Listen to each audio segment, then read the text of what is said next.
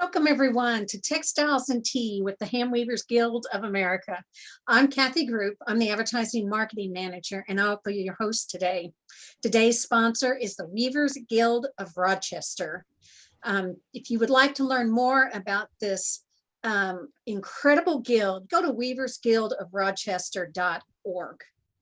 We will take questions today, as always. It'll be the last 15 minutes of the hour. We'll get to as many as we can.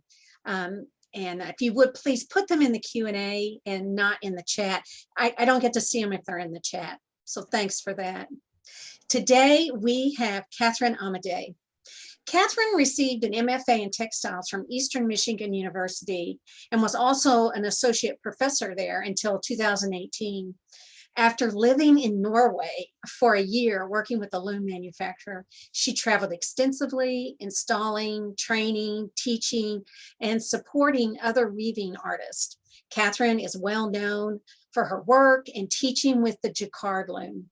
Cathryn is currently the leading specialist at the Jacquard weaving in the United States. And you can find her at Digital Weaving Lab at the Praxis Fiber Workshop in Cleveland, Ohio. And we'll talk more about that later.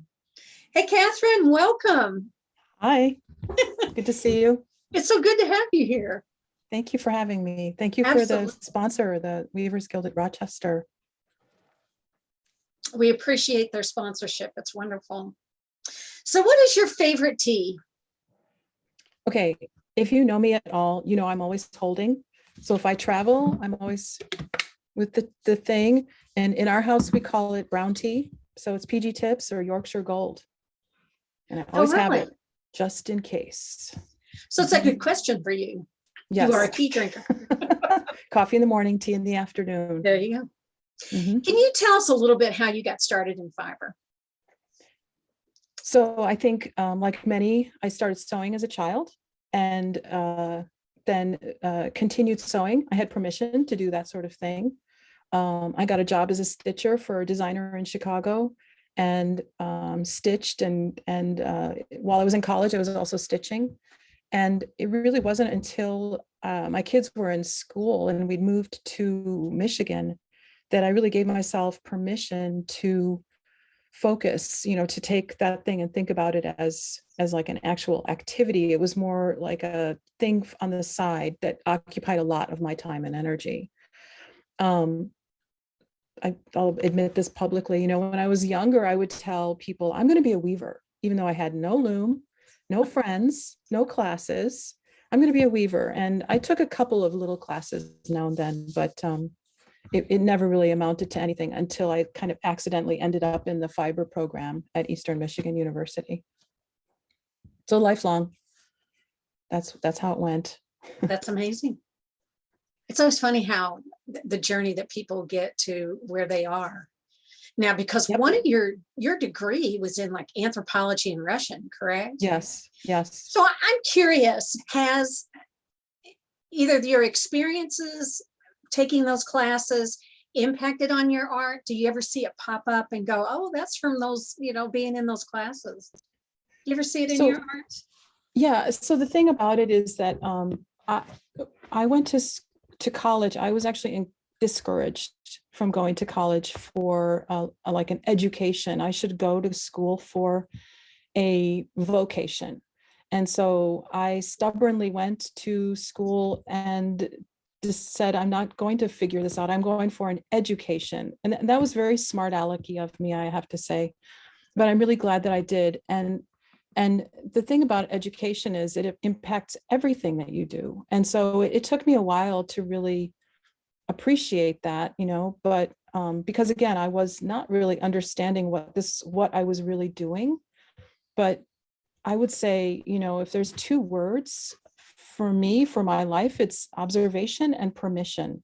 Those have been two things. And observation in anthropology and observation in language studies, that is the key right there, is just paying attention. And permission, that's why I didn't go to art classes earlier, because I didn't give myself permission to do that. So that's sort of been the path that I've been treading, is figuring out who makes these rules anyway. Turns out it was me. So that I think that any education shows up everywhere. I like that observation. That I'm going to have to ponder that. That's a good idea. I like that. Well, when I want to talk some about some of your works, when I saw this next work, it's called Another Walk Through the Year of Magical Thinking 3. And then next to it is a detail of it. Yes. I saw this statement, and I'm going to read it because I want to make sure I get it right. When I weave, I send threads on paths through a V-shaped called the shed. All you weavers know what that is. Long paths in the woods or on city streets remind me of the shed. This was so cool. And I don't think I'll think of walking in the same way since I've read this. Can you talk some about where did that come from? That whole idea of the shed. Well, I think this comes from a sincere desire to connect what I'm making with how I'm making it. And so I've thought for many hours, many years really, about what my actual actions are as I'm making, reducing colors or throwing or slinging. I say slinging shuttles. And one of the things about weaving that is really interesting, the shed is an incredibly important space. And it is, if you do any perspective drawing, it is shaped like this. It's just sort of turned on its side, but it is shaped like this. And that path, those threads is the key, right? And so I think about the images that I make. Some of my things are almost granular images and others are more abstract. The pieces that I make are just as much about the paths that I use to make them, or as the images that you get from them. And so and one can focus in one space or another about that. And that is another thing that I really love about weaving, and what I've gained from it is the choices that we make about focus and attention. And so it's true, weaving is real life. So that's where I'm at on that. Well, your works are both in color, and then you also do some works in black and white. And we have these two incredibly powerful images. The one on the left is Everything Conceals. Do I have that title right? It's Every Surface Conceals. Every Surface Conceals. I didn't think I had that right. And then the one on the right is Shoreline. And these are great examples of contrast of color in black and white, but they're still so powerful. Can you talk about what it's like working with color versus black and white? So when you do the kind of work that I do, the first activity is to take the millions of bits of information, color, for example, and distill it.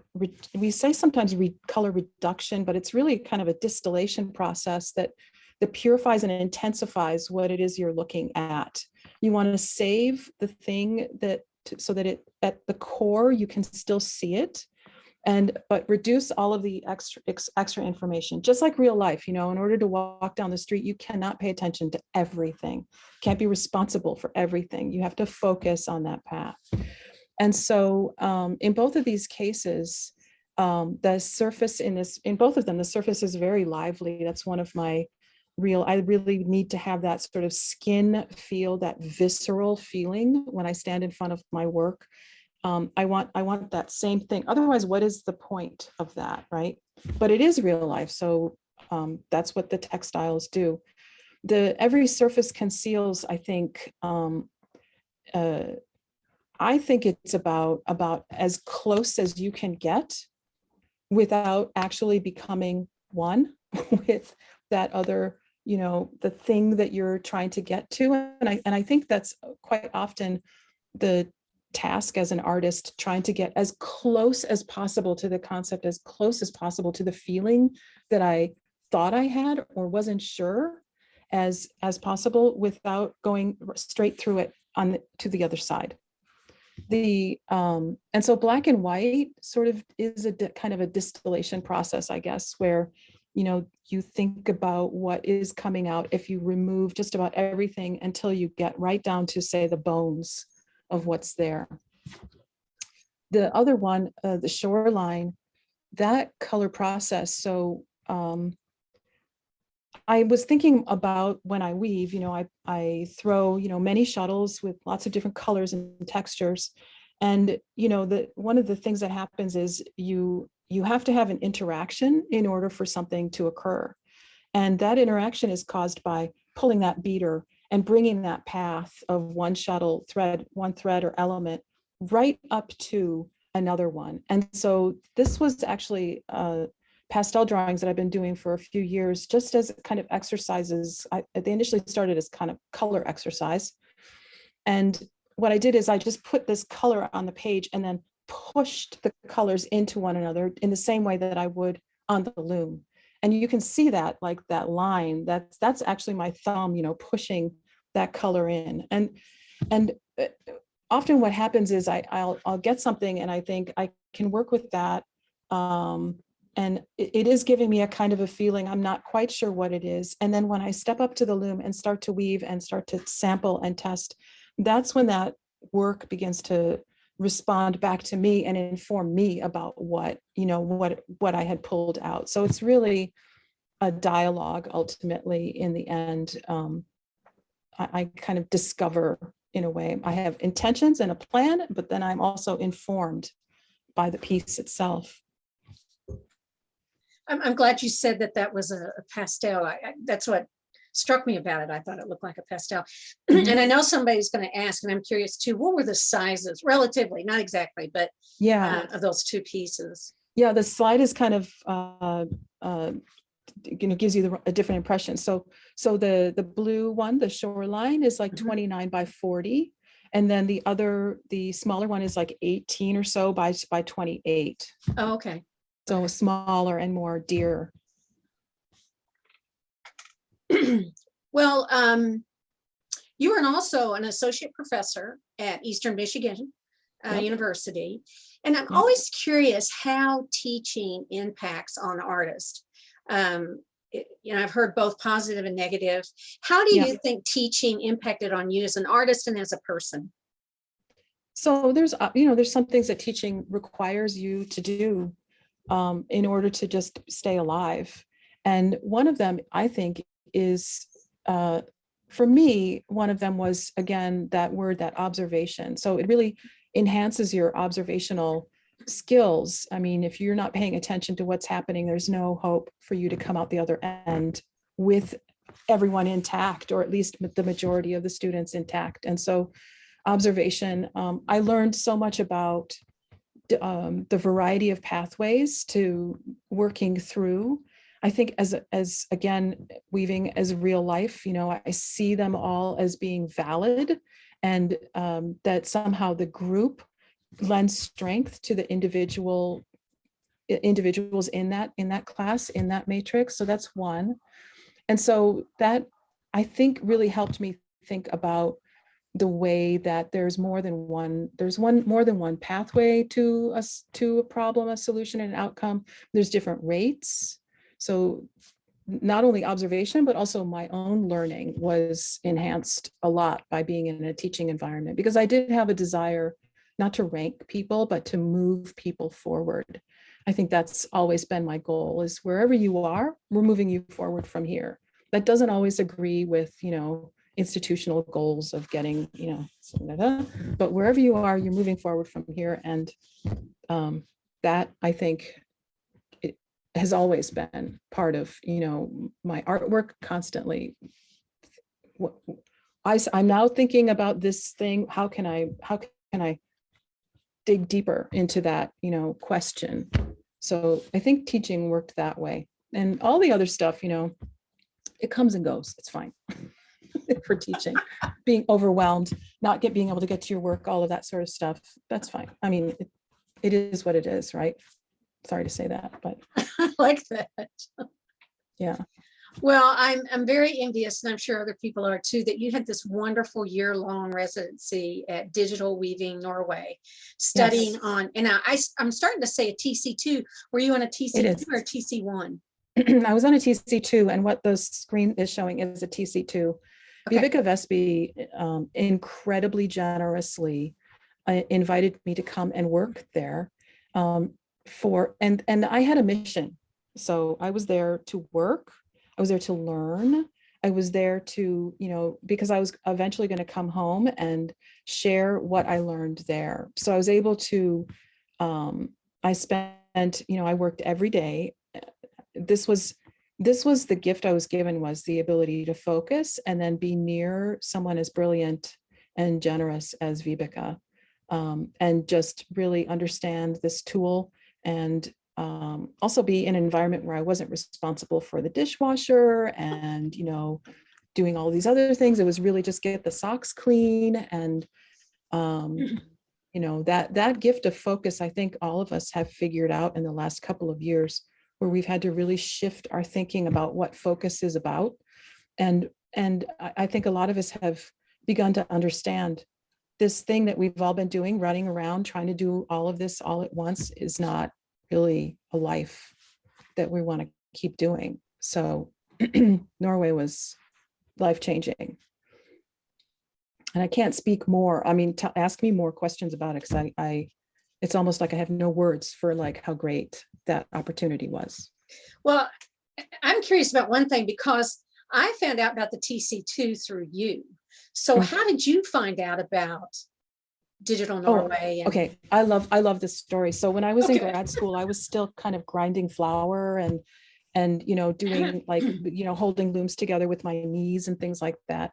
And Pat Williams, who was the faculty in the who ran the textile department at Eastern at the time, she got a lot of money from the continuing ed department, and she got a TC2, a TC1. And she digitized that department and, brought things up in it. And it wasn't that friendly back then, the digitizing at that time. You could it was very hard. It was very hard and confusing, and nothing cooperated. And it was nothing like now. And Vibeke came to teach us how to maintain the loom and how to manage it. And she showed up, and I've told this story before, but it's like, I'll never get old enough and never forget it. She had on these blue velvet jeans and on these cowboy boots, and was really full of energy. And she jumped up on this stool and she started to show us, how to change the, parts on the loom just to, maintain it. And I just stood there and I was a goner after that, because I made the connection immediately that here was this thing that had concept and material, mechanical, electronic, all of these things coming together, just like we need those connections. We want to make all of those connections. And here it was right before me, this thing, that was connecting all of this. And I've spent all of my time now trying to figure out, or at least trying to understand as best I can, what having direct access to the matrix, to the direct access to the matrix means. And that's really been my artistic exploration, is pushing away all of these other things and just focusing on those interlacements and interactions and the paths and what that is. So that TC1 was really that thing where it was just like kicking all the other stuff out of the way, and that was it for me. So literally, you can always remember when you fell in love. Well, did you do any other kind of weaving after that, or did you just do TC2 or TC1? So I actually purchased a big Dobby loom with 16 shafts, and I was very happy to do that. I have a great story about going and getting that, and it was an AVL, great loom. I had it in this studio here, and the weird thing was that I wove a few interesting things on it, and then after that, I really just wove basically versions of plain weave with different materials, not intentionally, but as I looked back and I pulled the piles out, I'm just like, oh, here's some tape cassette. Oh, here's more paper. Oh, here's this, and it was basically plain weave. And I think I don't have an explanation for that. And then what I did was just make myself available, everywhere where I could, somehow get, like in the summers, weaving in the summers. I took courses with Beth Ann Knutson down in Hendersonville in North Carolina. And there we were weaving at the mill. And that's a very different experience from hand weaving, because there's just so many things in between you and the fabric itself. for me. And so, the loom gets to decide the density, or you can make some decisions about it, but you cannot do what you can do when you're hand weaving. And so if the loom doesn't like it, it's not going to do it. And so you don't have the same freedoms. That's not to say that it wasn't really important and satisfying, and there aren't really creative people working on it. But for me, I felt like there was a lot of things like in the way. And so I really wanted to get back to hand weaving.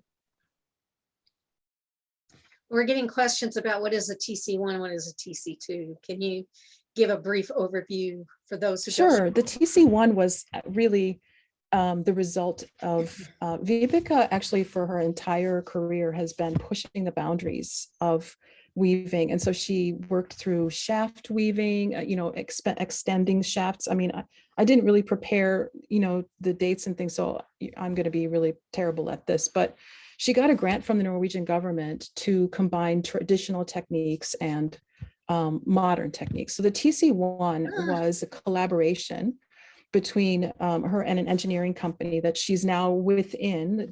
Digital Weaving Norway is part of Trondheim Engineering, which is that initial collaboration. And it was, as far as I know, the first time you could have a Jacquard loom sort of in a normal space. You didn't have to have two stories. And so it has, independent, it worked with air. And so that was the lift system, working with air. And just to speak sort of casually about it, it really had like a lot of crazy wires. Like I would sometimes describe it like, old fashioned perms and stuff with the wires coming off the top of it. But it was incredibly ingenious. And even the TC1, the innovations that provides, we're still trying to catch up to that, right? So the TC2 was in 2012, a redesign, because TC1 was always a prototype. It was so close to the bleeding edge of technology. And the TC2 was a kind of a redesign. Now we know that we can do this. So now let's put this together. So they modified some things, they kept some things. And so the TC2 is the current. There's actually a Mach 2 that's out now, but what you see behind me is TC2, is the loom that is current. So it's sort of second version of the two. They both threads operate independently. They're both, you can have them in your home. They both use air. They both can accept files from Photoshop or even just bitmaps from wherever, or JPEGs, or something from another fancy software from weaving, like a WIF file from Dobby looms.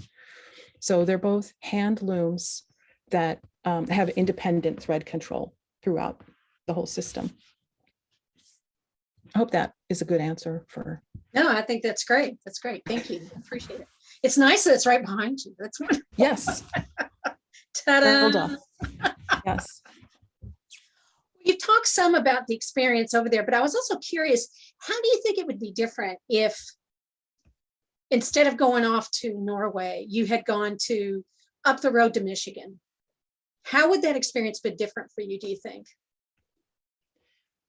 Well, I think anytime you, first off, Norway was an expansive experience. And I think that those works with walking, where I called magical thinking, that was an expansive experience. And really, being somewhere else like that, it is like the tilted lens. It is like that surprising moment when you see, say, the glowing blue ball of Earth floating in space, and you realize that both, you can see the connections, the different continents, and then you also have this realization, hey, I live there.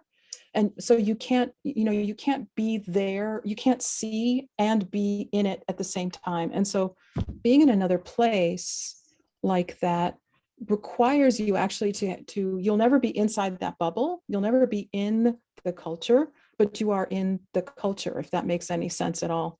It also opens up things. So there's not only was it just like a beautiful country to be, where there was enough space for your mind to expand, but also there are techniques and people and history of things that, you think these things, and then you see it from another perspective. So once again, it's that observation. For me, I just like, shut your mouth, open your ears, open your eyes, pay attention, be just watch, and don't constantly be trying to balance or weigh things. This is how, it works for me. So I was there to work. I was there to learn. which was great. I wasn't there just to, make opportunities or something like this. And so for me, that was what it was like. Had I gone just to Michigan, I would not have been able, I think, to unplug in the same way. I think I would have withdrawn even more into myself just in order to create that same thing. But this was people, places, things, and history sort of pulling me out from, my natural introversion, pulling me out and teaching me. So that's a lot, but that's what it was. I loved it when you said that about, I don't know if that was even the term you, or maybe this is what I heard about the laundry and stuff like that. I remember when I went to John Campbell for a week, people would say, well, what did you, I said, honestly, I didn't have to do anything else. I didn't have to do laundry. I didn't have to answer the phone. I didn't have to fix a meal. The weaving was wonderful, but just being able to focus for that amount of time, I think really was a changing experience. And don't you think, I think for me, the thing that's so interesting is how little you really need, how little information you need, how little material you actually need in order to, take that line and move forward. You just don't, we have a lot more stuff. And I think about that in terms of weaving also. You don't need all of that. What is it that you need? Just that line right to the blue sky. And so that is one of those things, experience, just don't pack a lot, so you'll be cold for a few minutes. If you bring your tea, you'll be fine, like That's this. right. So you got tea, you're good. That's okay. You're fine. You're fine. You'll be fine. Well, during COVID, as we've mentioned earlier, Praxis opened the Digital Weaving Lab. Yes. And we have a picture. I'm assuming this is it. Hope I have the right image. Yes. And you were brought on board, smart move on Praxis part, to head the program. And I just can't imagine what a challenge that must have been. One, just doing that, but also during COVID. So would you first introduce everybody to Praxis? They were on here a few months ago, but people who don't know what Praxis, would you talk some about what that is? And what has your experience been like heading up that program? So for, I think in 2018 or 2019, I had a narrow loom from Digital Weaving Norway that I could travel and teach workshops. And so I taught a workshop at Praxis. I didn't really know that much about it. I met Jessica. She's got just an amazing energy, really, really wonderful, sort of healing kind of energy when you're around her. And I taught this workshop, and the community there was just so inspiring. And you talk to her about it. There's just a lot of cool, interesting things happening. And, I thought, I want to stay connected somehow, but I didn't really have the means other than teaching a workshop there. Cleveland is about 3 hours from where I live. So I'm not going to be hopping over there for the weekend or something. And I was teaching down in North Carolina, and I was coming back, and I was realizing that, the thing that I've really wanted for a long time was a constellation of things associated with the TC2 here in the United States. So I wanted exhibition opportunities, and I wanted workshops and maybe seminars and residency, very much residency. It's a kind of a need that needs to get filled, and other educational opportunities and all of the spillovers that can happen when you have like a real center. And so I wrote like a mission, request to Jessica, can we figure this out? And so this was a couple years before all of this went down. So there was 2 years of fundraising and just gathering sources and getting it together. And finally, things all came together, and the loom arrived, and just in time for COVID. But we actually were already in shutdown when the loom arrived.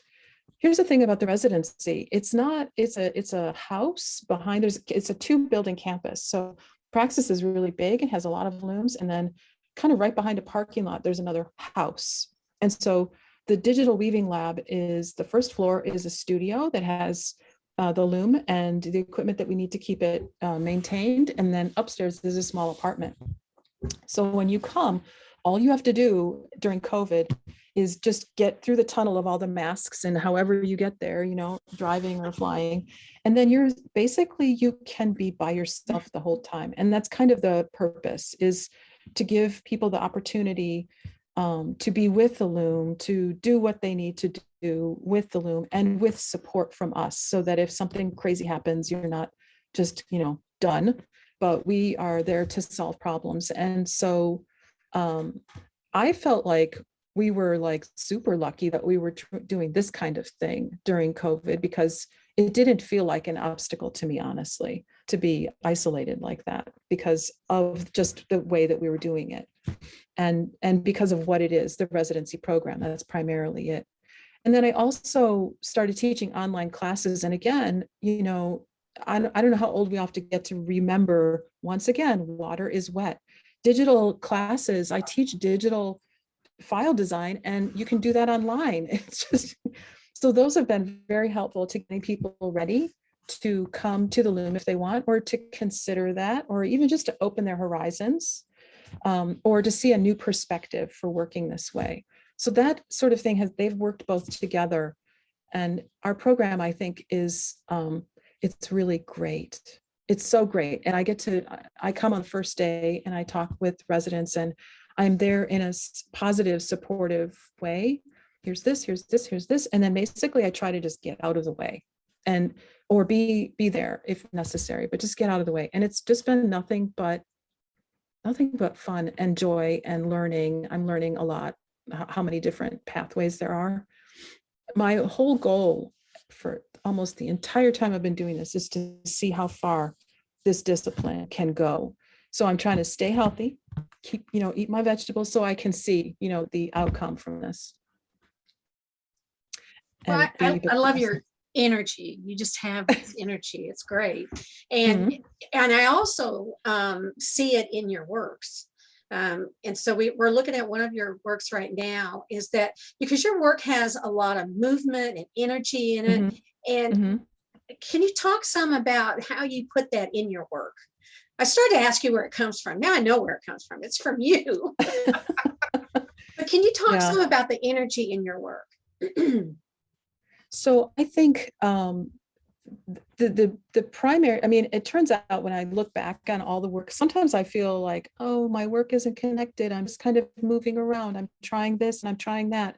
But it turns out that everything I've done has been about movement and that goal and that seeing paths, and it's taking sort of slightly different perspectives on it. And so so that's one, is a desire to bring as close as possible those feelings that I have without going through them, but just really right up to them, about transition, about change, about movement, and what that means and how that is real life. And so the other thing is, I spend a lot of time sampling, and the materials that I choose also, I kind of demand them to have a kind of an energy already. So there's elements in there where I use like horsehair or paper, or sometimes chenille. I was never so happy with the chenille. I tried, it's at the bottom of that piece. I put that in my indigo vat, and it just went like spring, like this, like crazy. Broke the stick I had on. I was like looking around, did anybody see this? No, thank God. But and so it's very unevenly dyed, but again, that was there. And when I stand in front of the work, if I'm not kind of feeling it in my skin the way we feel textiles, then I'm thinking there's something missing. And so that's really the goal that I have, is to do that.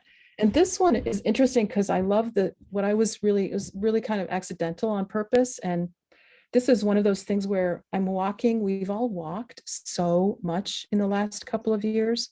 And one day I was like, I wonder if you could see like all my molecules like following me in a trail, like I wonder if that is, still there, and all the other people that are doing it. And then I sort of scratched that through this pastel, and I was like, that's so crazy. That is just like the matrix of weaving as well. And again, so I'm just hopping home, so excited about that because of how that connected. The heart is always wanting to connect, and the mind is always looking for those patterns. And so that's what's happening on that one. So do you use a lot of pastels? So it's just these are oil pastels. I don't really know that much about them. I probably know more than I did a few months ago, but I use the oil pastels. It's in a tiny little book, like I have books and books like filled with these things.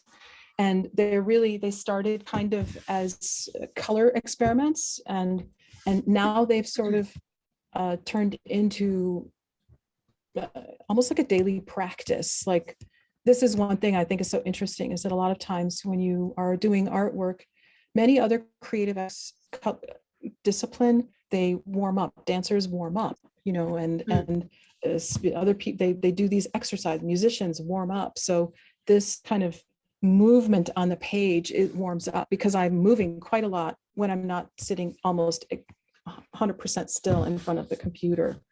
So that balance that one needs so much it's helping me. I don't think I think people have given me that assignment and I've been like, just get away. I have stuff to do, you know, but now I understand. Yeah.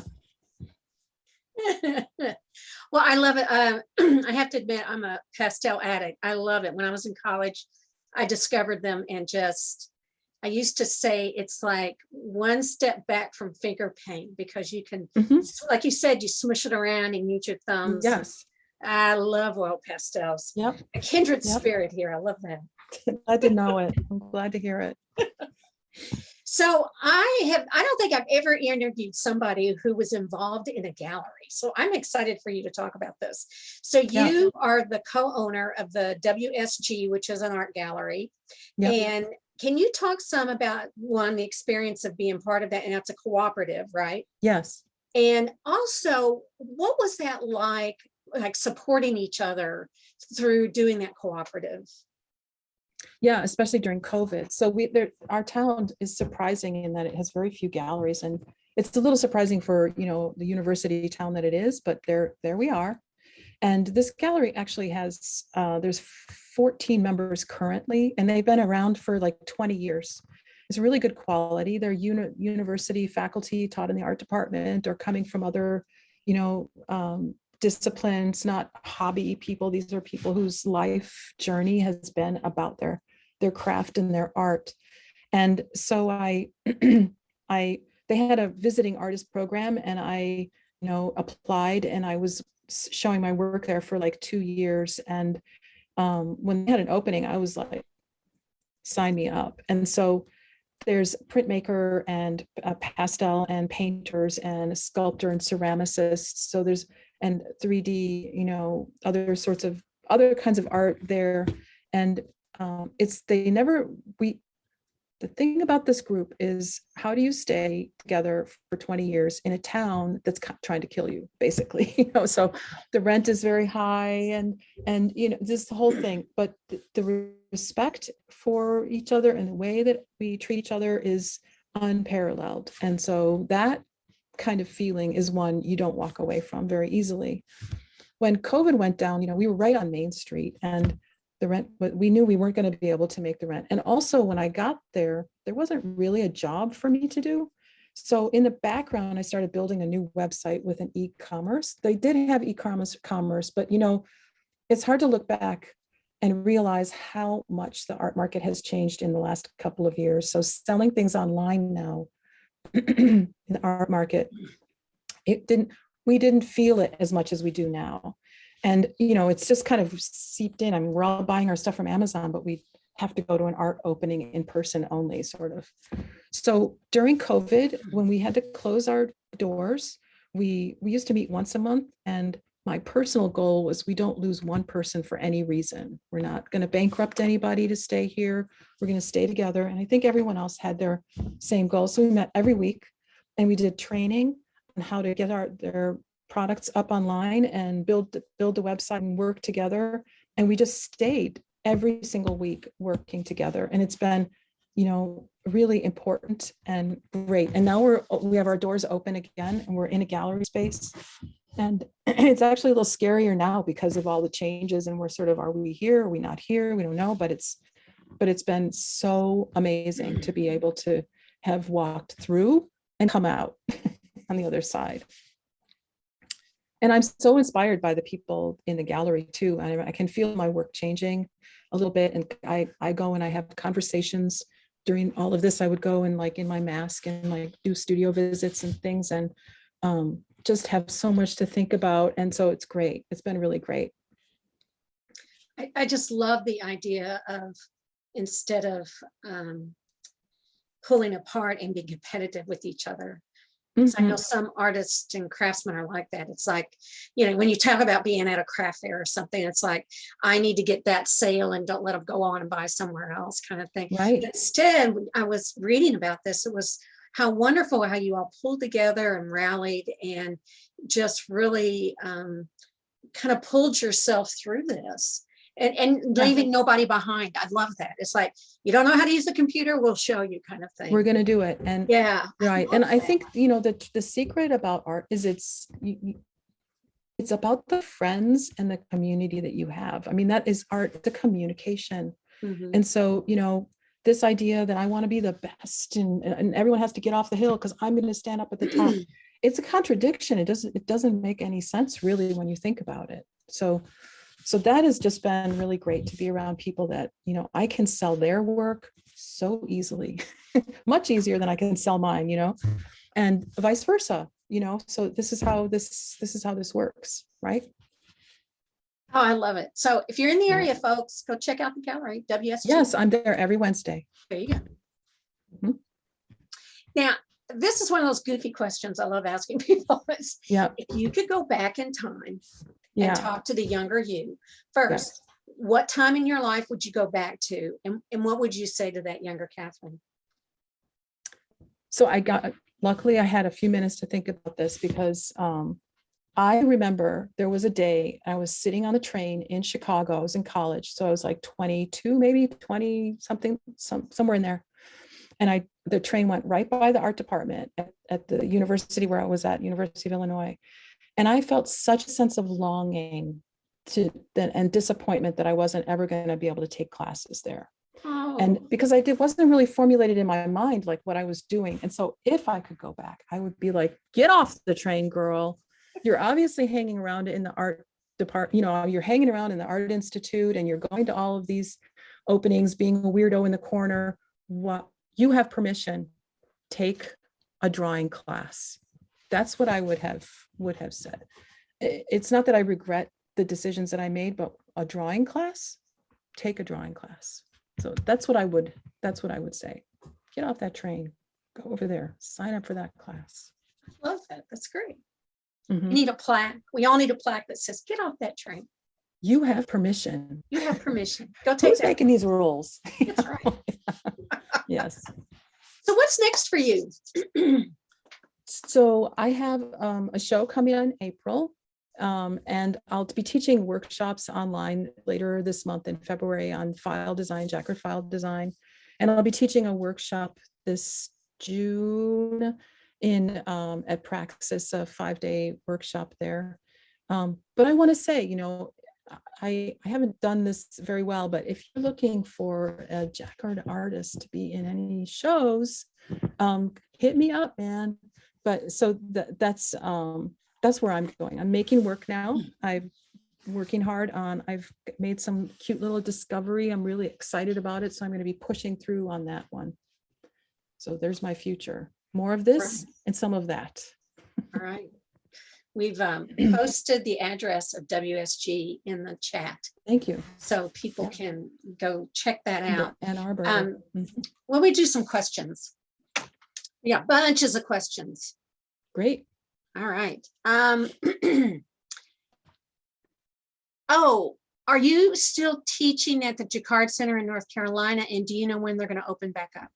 So I'm not teaching there anymore. And I'm not sure what the future brings with that. So I don't think, as far as I know, I don't think that's going to be going anymore. Yeah. Now, where was that, or is that in North Carolina?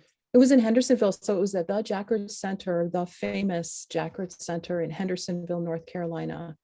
And it was an amazing setup with some amazing people who've been there. And Beth Ann Knutson, who was there and associated with the Oriole Mill. And it was an honor and privilege to be teaching there and associated with that. Danielle Bordeaux, I think I'm asking this right.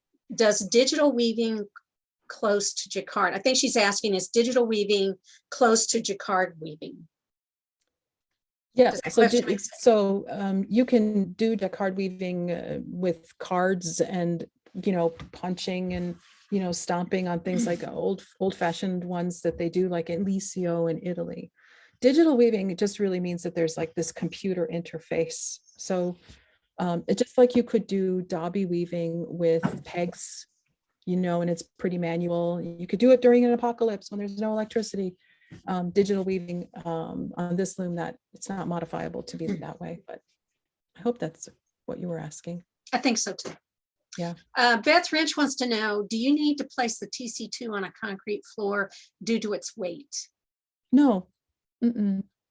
So I think it's about 800 or 900 pounds, depending on how many modules you have. And so it's not incredibly heavy. Mhm. It's not light, but it's not one of those, change your house things. Not at all. Okay. And you can go to the Digital Weaving Norway website and sort of get a good sense of like weight. I think they have those specs on there. So Digital Weaving Norway, you can go there and look at that. Is the pricing on there too?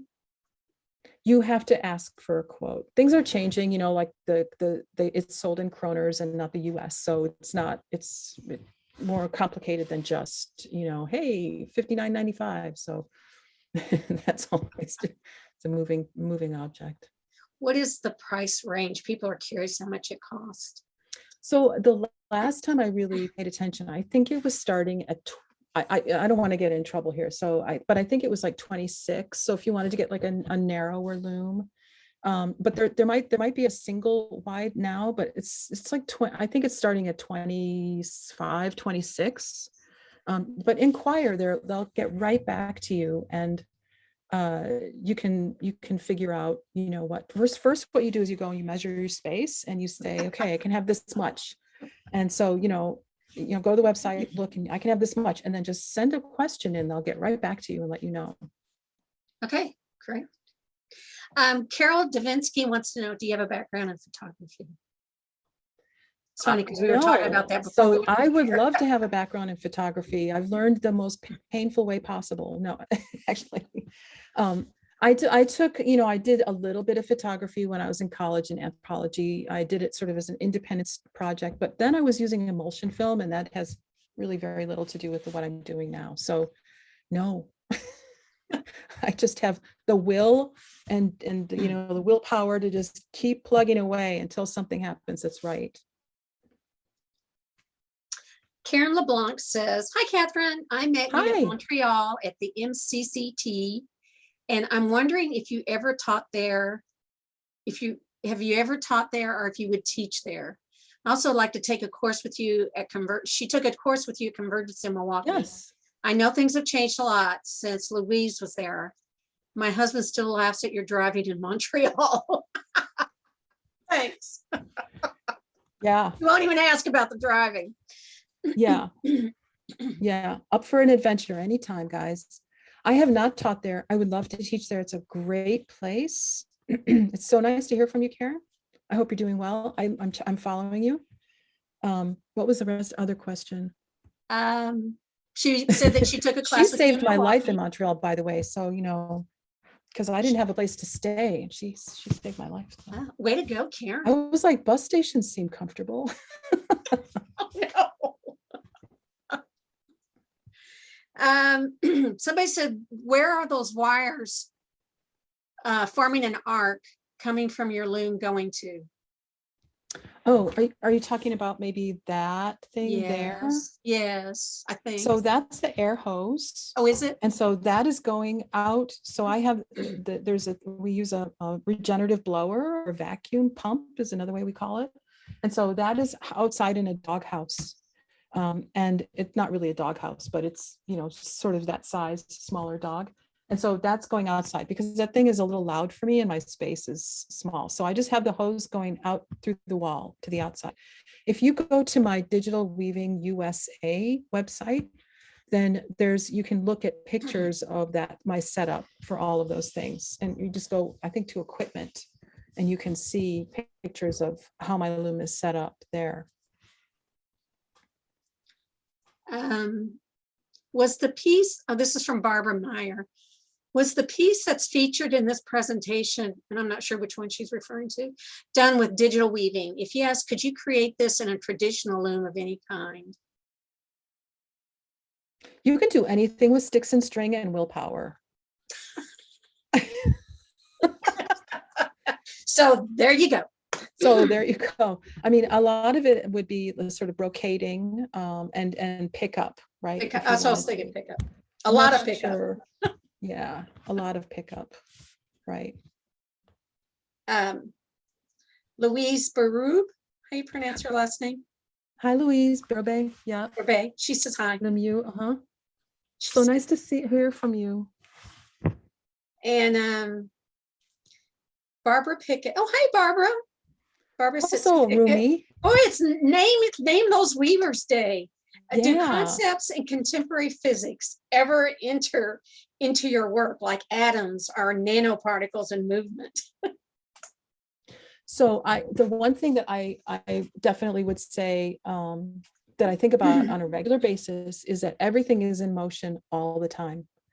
And, you know, the idea of fabric being sort of a solid thing, it's not, it's composed of many different elements. And just like you and me, we're not solid either. We just, all of our pieces and bits and parts and elements are just pushed much, you know, very, very close together.